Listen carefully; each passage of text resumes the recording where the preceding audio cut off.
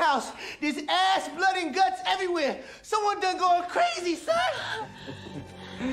We all go a little crazy sometimes. Bobby, no! Look, we all know the lines. Scary Movie wasn't just a parody. It was a high-speed collision with every 90s horror trope imaginable. It took the slashers we loved and the cliches we hated and turned them into a bloody masterpiece of comedy. But the road to the big screen was paved with studio wars, casting near misses, and one actor who tricked the director into thinking he was actually losing it.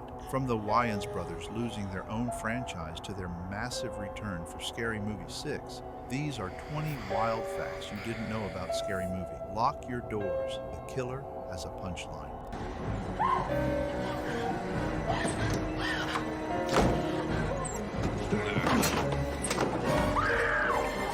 Number 1. The Run Toward the Knife. Pitch. By the late 1990s, the Hollywood machine had perfected a lucrative, blood-soaked formula. From the meta-commentary of Scream to the seaside terror of I Know What You Did Last Summer, the slasher boom was essentially printing money for studios. Every film followed the same rigid blueprint: a cast of impossibly pretty teenagers, a masked killer with a grudge, and an ironic, moody soundtrack. While audiences were jumping at the scares, Sean Wayans was watching from the sidelines and laughing for a completely different reason. To him, the most bankable part of these films wasn't the horror. It was the sheer absurdity of the characters' decisions. He noticed a recurring pattern where victims would hear a terrifying noise and, instead of fleeing, would walk slowly toward the dark. He pitched a concept that flipped the script. A movie where the teenagers didn't just fall victim to the killer, they ran straight into the punchline. The goal was to turn the decade's biggest cash cow into a full-blown comedic slaughterhouse. Did Scream have a plot? No. Did I Know You Did Last Summer make any sense? Don't think so! Number 2. The Corporate Marriage. As the 90s drew to a close, Scream had successfully cracked the code for the teen slasher, leaving Hollywood executives circling like sharks for the next big hit. In a bizarre twist of fate, two separate writing teams, completely unaware of one another, arrived at the exact same conclusion at the exact same time. The genre was ripe for a full-scale parody. One pitch came from the Wayans brothers and their crew, while the other was a script by Jason Friedberg and Aaron Seltzer, cheekily titled Scream If You Know What I Did Last Halloween. By sheer coincidence and terrible timing, both drafts landed on the desks at Dimension Films within weeks of each other. This created a massive strategic dilemma. Choosing one meant risking a lawsuit from the other for stealing the concept. The studio's solution was purely corporate. They bought both. They handed the Seltzer and Friedberg draft over to the Wayans, ordering them to merge the ideas. Ultimately, the Writers Guild ruled that everyone involved deserved credit, even though the final product was the result of a high-stakes game of better safe than sorry. You're behind the couch. What? How do you know that? I can see your feet. Number 3. Anna Faris's last-second audition. Finding the perfect lead for Scary Movie was a nightmare. The role of Cindy Campbell was the film's anchor. She had to be the sweet, slightly dim-witted heart of a hurricane of chaos. The studio needed someone who looked like a classic final girl, but possessed the comedic precision to nail every punchline. If the performance was too silly, the movie lost its balance. If it was too glamorous, the parody fell flat. Auditions were failing across the board until Anna Faris walked into the room. At the time, Faris wasn't a rising star. She wasn't even looking for a career in Hollywood. She was actually in the middle of packing her bags for a move to London to start a career in advertising. The audition was a last-minute fluke she nearly skipped entirely. But the second she started her lines, the room shifted. Her wide-eyed sincerity made the most ridiculous dialogue feel real, allowing her to be the oblivious final girl without ever winking at the camera. She chose the role over her flight to London, and when the movie exploded, she went from a total unknown to a global comedy icon overnight. You better stop or else. Or else what? Or else my boyfriend's gonna be here any minute, and he's black and he'll kick your ass. Oh, really? Yeah. Number 4. The War for Carmen Electra. It is impossible to imagine the opening of Scary Movie without the iconic image of Carmen Electra running in slow motion, her hair and mascara remaining flawless even as a masked killer closes in. However, she was nowhere near the studio's first choice. Initially, names like Jenny McCarthy and Alicia Silverstone were being tossed around, stars who were seen as safe or bankable bets. When Carmen's name was finally brought up, the executive boardroom turned into a battlefield. The studio heads were openly skeptical, dismissed her as too tabloid, and worried her Baywatch baggage would distract from the film. They feared she was too cheesy to be taken seriously as a comedic actress. But Keenan Ivory Wayans saw a parody goldmine. He recognized a woman who was fearless enough to mock her own bombshell persona for the sake of a joke. Keenan went to war for her, delaying production and refusing to shoot the sequence until the studio finally caved. When she eventually stepped on set, she owned the role, turning a controversial casting choice into the face of a billion-dollar franchise. Y'all wish me luck. Snatch and run, y'all! Number 5. The character defecation lawsuit. Shorty Meeks wasn't just a random comedic creation. He was actually a direct caricature of one of Marlon Wayans' real-life friends. This individual was so legendary for his haze-filled, perpetually stoned lifestyle that you could practically smell the joke coming before he even entered a room. However, when the film finally hit theaters, this friend was anything but amused. He called Marlon in a fit of rage, threatening to take legal action for what he called character defecation. Marlon had to stop him mid-rant to ask if he actually meant defamation, but the friend didn't miss a beat, shouting back, "Nah, defecation, 'cause you expletive on me." The funniest part of the whole ordeal, the friend hadn't even seen a scary movie yet. He had recently watched Marlon's harrowing performance in the heroin drama Requiem for a Dream and mistakenly thought that was the movie making fun of him. Once he actually sat down and watched Scary Movie, he realized the parody was spot on and ended up laughing harder than anyone else. The slip of the tongue during his legal threat only served to prove that Marlon had captured his personality perfectly. There goes Tess, buddy! Brenda, do something! Okay! Number 6. The ghost cameo. In the world of horror trivia, some stories are simply too perfect to be true. For years, dedicated fans and internet sleuths have sworn they could spot a legendary Easter egg hidden in the chaos of Scary Movie. The rumor claimed that the ultimate final girl herself, Jamie Lee Curtis, made a secret appearance, frozen in the same terrified, wide-eyed pose she made famous in the original Halloween. It was framed as the ultimate meta-gag, the genre's most iconic survivor lampooning her own legacy in the decade's biggest parody. However, despite the persistence of this fan lore, the cameo is a total ghost. In reality, no such scene was ever filmed, and a guest spot for Curtis was never even on the production's radar.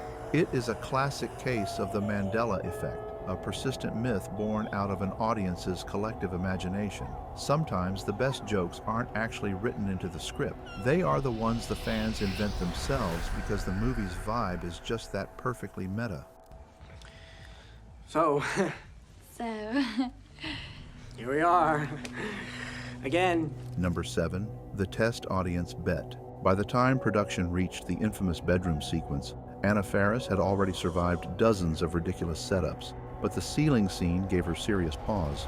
The stunt, which involved Cindy being launched into the air by a massive comedic geyser of fluid, was physically awkward, messy, and insanely over the top, even by the standards of a Wayans Brothers production. Sensing her hesitation, Keenan Ivory Wayans didn't want to force the moment, so he offered her a professional wager. He proposed a deal. They would shoot the scene in all its absurd glory and show it to a packed test audience. If the crowd groaned or found it too cringeworthy, it would be cut from the final film immediately. However, when the screening took place, the result wasn't just a polite chuckle. The audience suffered a collective comedic heart attack. The theater erupted into the kind of deep belly laughs that make it hard to breathe. Keenan didn't even wait for the credits to roll before turning to Anna to confirm the scene was staying. Yo. What's up? Number 8.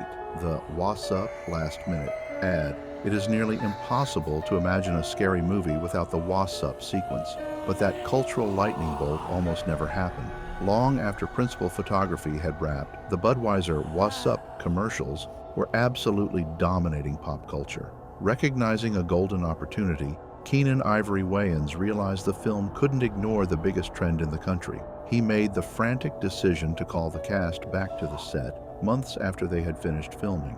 They shot the scene at breakneck speed and slid it into the final cut just weeks before the theatrical release. It instantly became the film's most quoted moment. Do you think the press is gonna want to talk to us? Oh, girl, no. The press only wants to interview the most ignorant person they can find. Number 9, Aaliyah almost played. Brenda. Long before Brenda Meeks became a household name for her hilarious cinema etiquette, the role was actually in the hands of R&B royalty. Aaliyah had expressed interest in the project and was the production's top choice to play the scene-stealing character. However, as she delved deeper into the script, she hit a personal roadblock. The parody didn't just target movies, it took sharp comedic jabs at other artists, including her close friend Brandy. Out of a deep sense of loyalty and respect for a fellow performer, Aaliyah quietly bowed out of the production. This sudden vacancy forced the casting directors back to the drawing board, leading them to a then-unknown Regina Hall. Hall had to prove herself through 4 separate, grueling auditions, each one progressively sharper than the last. Even when she was on the verge of landing it, a concerned producer warned her that the role might be bad for her career. Ignoring the skeptics, Hall embraced the risk, ultimately transforming Brenda into an outrageous, endlessly quotable icon who defined the entire franchise.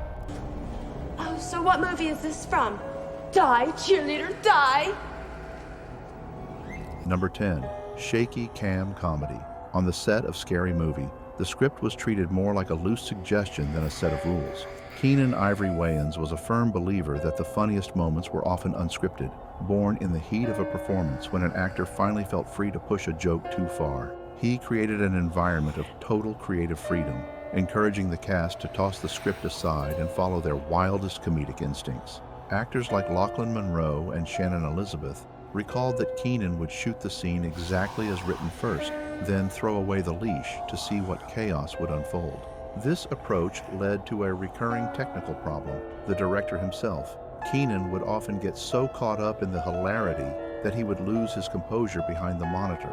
His laughter was so explosive and physical that the entire camera rig would begin to vibrate. Editors frequently found themselves looking at takes where the frame was physically shaking because the man in charge couldn't stop howling at the improvised gold his actors were delivering. Many of the movie's most legendary, unhinged moments weren't written by a team of 6 writers. They were born in that atmosphere of pure, shaky cam mayhem. Go, Greg! Look behind you! You damn it! You do it! Oh my God! Number 11, the NC-17, Scare. The Wayans brothers knew they were pushing boundaries, but they didn't realize they were pushing the MPAA to a total breaking point. When the first cut of Scary Movie was submitted for review, it didn't just come back with a warning, it was slapped with the big red stamp every studio dreads, the NC-17 rating. This wasn't because of extreme violence or gore, it was because the film simply refused to blink. The jokes went right up to the line of decency and then leapt over it, dancing around and waving back at the censors. An NC-17 rating would have been a death sentence for the film's commercial potential, as many theaters refused to screen films with that classification. What followed was a high-stakes hostage exchange between the filmmakers and the ratings board. The Wayans had to go frame by frame, bargaining over mere seconds of footage. They trimmed the most graphic gags and sliced out entire moments just to satisfy the censor's laundry list of no-way moments. After a grueling negotiation, they finally secured the R rating, keeping the spirit of the chaos intact while making it just tame enough to slide into mainstream theaters. You guys are psychos! You've seen one too many TV shows! No!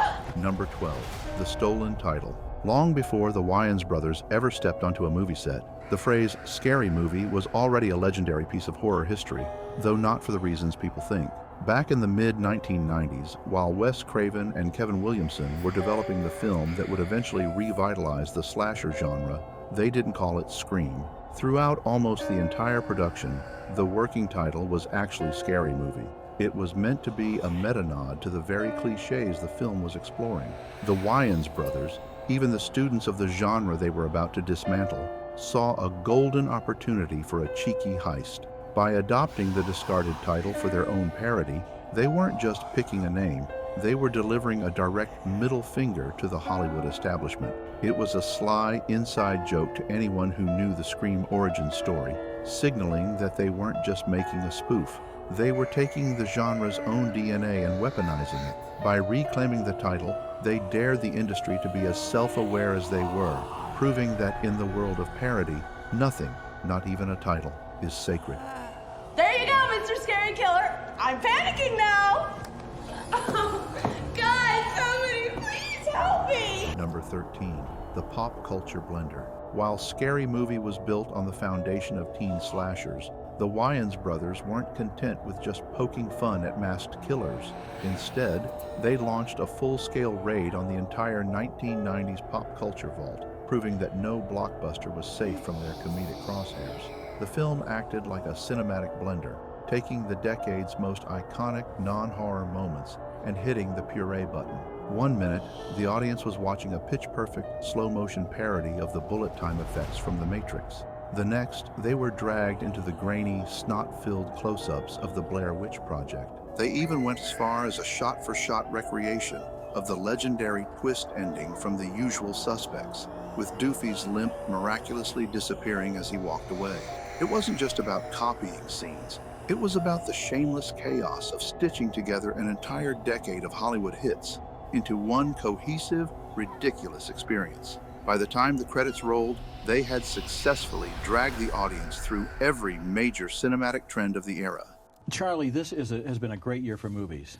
I got an email from somebody complaining I was giving too many 4-star reviews, and they said I would only give 5 a year if it were me. Number 14, winning over. Roger Ebert. Roger Ebert was notorious for being a tough grader when it came to broad, raunchy comedies. If a joke felt lazy or a parody felt uninspired, he would famously tear it apart. However, when Scary Movie hit theaters, the late critic surprised everyone by giving it a glowing 3 out of 4 stars. While he admitted it didn't quite reach the gold standard of Airplane, he noted that it had a sharp edge that most contemporary spoofs lacked. He appreciated that the Wayans brothers didn't just reference pop culture, they attacked it with a fearless, high-energy bite. That's what we need!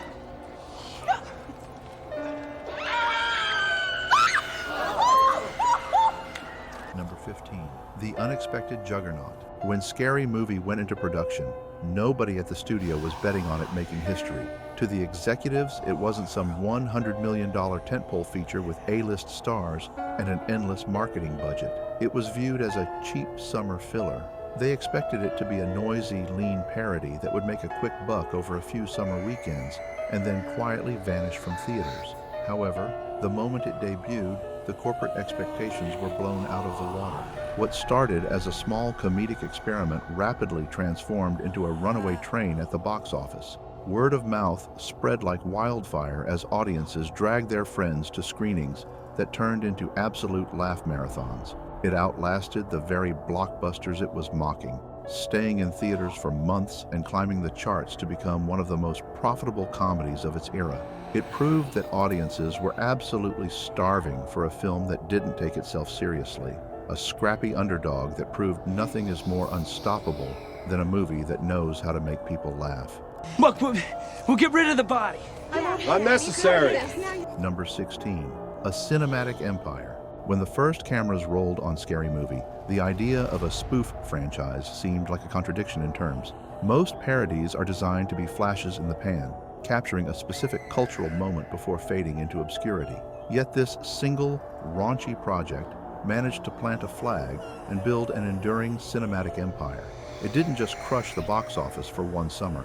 It became a permanent pop culture fixture. The series proved to be remarkably resilient, surviving major cast overhauls, the departure of the founding Wayans brothers, and the constantly shifting landscape of what audiences find funny. For years, the franchise remained a ritual for fans who would gather to watch the latest installment just to see which sacred cow would be slaughtered next. From the early 2000s slasher era to the later parodies of Paranormal Activity, it successfully navigated decades of changing trends, cementing its legacy as one of the most successful and enduring comedy brands in Hollywood history. Sure, why not? I am the token black guy. I'm just supposed to smile, stay out of the conversation, and say things like, damn! Number 17, the spoof gold rush. When Scary Movie exploded into a global phenomenon, Hollywood did what it does best. It smelled blood in the water and dollar signs in the air. Almost overnight, every studio in town scrambled to launch their own parody machine, desperate to replicate the Wayans' success. This triggered a massive spoof boom that flooded the market with titles like Not Another Teen Movie, Date Movie, Epic Movie, and Meet the Spartans. On paper, these films were following the blueprint, cranking out rapid-fire pop culture references and slapstick gags at a breakneck pace. However, while many of these films managed to turn a profit, they often missed the secret sauce that made the original work. The Wayans brothers didn't just throw references at the screen, they had a specific target and a sharp, satirical bite. As the trend continued, the genre began to burn out under the weight of reference-heavy scripts that forgot to include actual jokes. Despite the flood of imitators, Scary Movie remained the gold standard, proving that parody only works if you have the wit and the fearlessness to actually stand for something. There's a ghost in the house. I'm out. You can't leave! You watch me. Number 18, the 6-writer split. The creation of Scary Movie required a massive team of 6 writers to merge 2 competing visions, but once the film became a phenomenon, that creative union fractured into 2 very different cinematic paths. It was as if the franchise split into alternate timelines. On one side, the Wayans brothers, Marlon, Sean, and Keenan, doubled down on their signature brand of edgy, character-driven satire.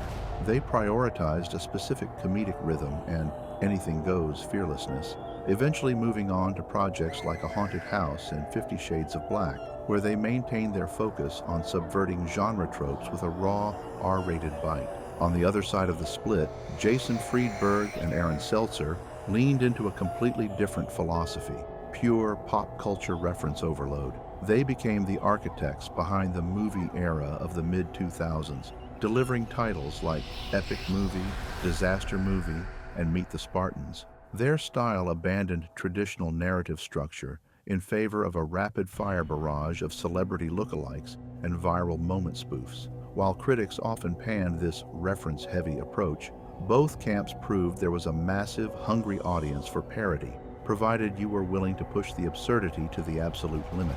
I'd much rather help my fellow man than some $1. Oh, get away from me, you bum! Number 19, the evolution of a classic. In the year 2000, Scary Movie began its life as a physical ritual, the kind of movie you would hunt for on the shelves of a crowded Blockbuster, hoping to find a copy behind the display box. It became the definitive soundtrack to countless teenage sleepovers, watched on bulky CRT televisions while friends quoted every ridiculous line until they were hoarse. As the world transitioned from VHS to DVD and eventually to cable marathons, the film didn't just survive, it thrived, cementing itself as a nostalgic cornerstone for an entire generation.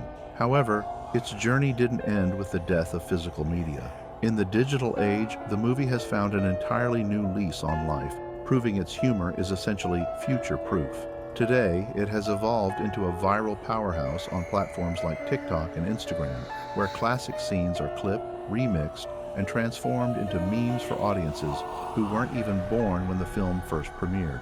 From the fuzzy magnetic tape of a VHS player to the high-definition algorithms of social media, Scary Movie has successfully navigated every major technological shift in history, proving that great parody never actually fades away. It just finds a new screen to haunt. And then they stole the idea for the third one. Right. We as gentlemen, we walked away from the third one. Number 20, reclaiming the crown. In 2000, Marlon, Sean, and Keenan Ivory Wayans pulled off the impossible, turning a risky, no-limits parody into a global box office phenomenon. They were the architects of the franchise's DNA, but their success came with a bitter sting. While they were being rushed through the production of Scary Movie 2, the relationship with the studio soured. The brothers famously woke up one morning to a shocking headline in a trade paper announcing that Scary Movie 3 was moving forward without them. There was no phone call and no professional courtesy.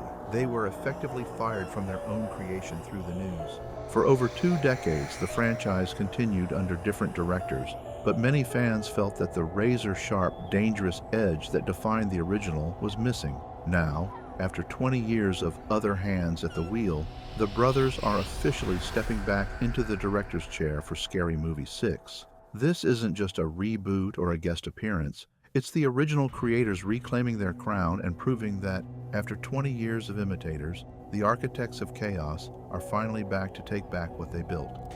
That god-awful smell. I got poopy. Bonus fact. When Dave Sheridan showed up to audition for the role of Doofy, he didn't just recite lines, he completely inhabited the character from the moment he hit the waiting room. Acting as an overeager, socially awkward hall monitor, he was so convincing that director Keenan Ivory Wayans became genuinely concerned. Fearing the studio had accidentally brought in a mentally impaired individual who wasn't actually acting, Keenan initially hesitated to cast him. Sheridan had to be called back urgently to drop the act and prove he was a professional actor, sealing one of the weirdest casting victories in comedy history.